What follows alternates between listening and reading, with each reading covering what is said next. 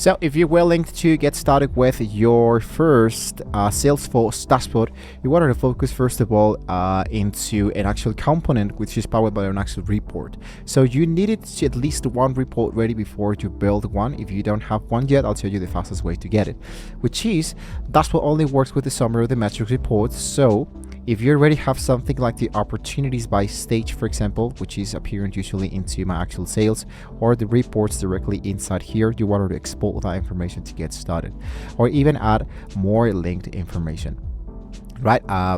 But if you already have that information, you're actually good to go. In my case, for example, I'm going to just import something which is going to be really simple, like an actual CBS file or a TXT, so I can enable that information. And once you have added your actual lead, I'm going to start with an actual sample file, so I can import this back again. So let's say that I can head over for back, I import from a file, I hit for next, I go for upload my actual files, and here is my actual Salesforce sample. When you hit into next, it's going to be asking you if you have the right information into the actual right filter or into the right place, such as this. When you hit for start into the import, you go for continue the import to make sure everything works correctly. When you finish with this element, you can hit for the stuff that says done. You have the import progressed. Now let's go and open the dashboard tabs. If you don't see any inside here into the navigation bar, you don't have to worry about that. We can go directly right away into dashboard like this. So I'm going to go for a new service dashboard, for example, or the sales dashboard. I'm going to go for a new dashboard. Here what you want to do is to click it into this element, and what we're going to do is to give it an actual name that says exactly what it is, for something like sales team, for example. My description should be something as performance, and I can select the actual folder where I wanted to get started, for example, into all the folders and commit and select this. When I finish with this element, here's my actual sales team. Usually what I do is to change from the 12 columns to 9 columns and to choose different colors to make this look more bigger. Now I wanted to add my first component.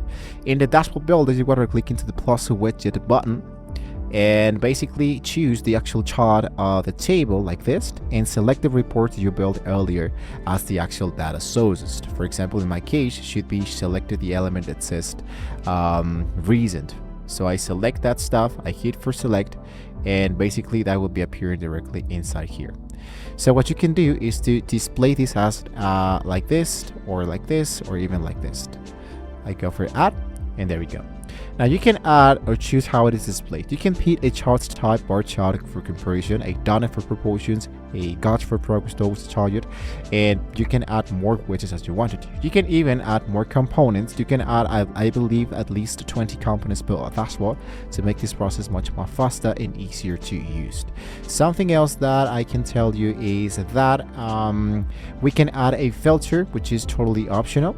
And filter, for example, is to click at the plus filter at the top of the builder to let viewers slice the whole dashboard by something like the region, the quarter, without touching the underlying reports. And well, clicked into the element that says save once your actual widget is actually good to go. So I'm going to go for all my actual reports. Here's all my contacts. I select them and I go for save. So take a look at the published dashboard and confirm every chart is pulling the data you actually expected, and you're actually good to go. So to just get an actual summary of the metrics report ready, create the dashboard, add the charts, pulling from the reports, and keep it to the handful of individual metrics and hit into save. So if you have, guys, any question or something that you'd like to tell us and speak about the Salesforce, you can let us know in the comments below. Thank you for watching. Don't forget to like, share, and subscribe. And hopefully with all this being said, we can all see you guys well next time.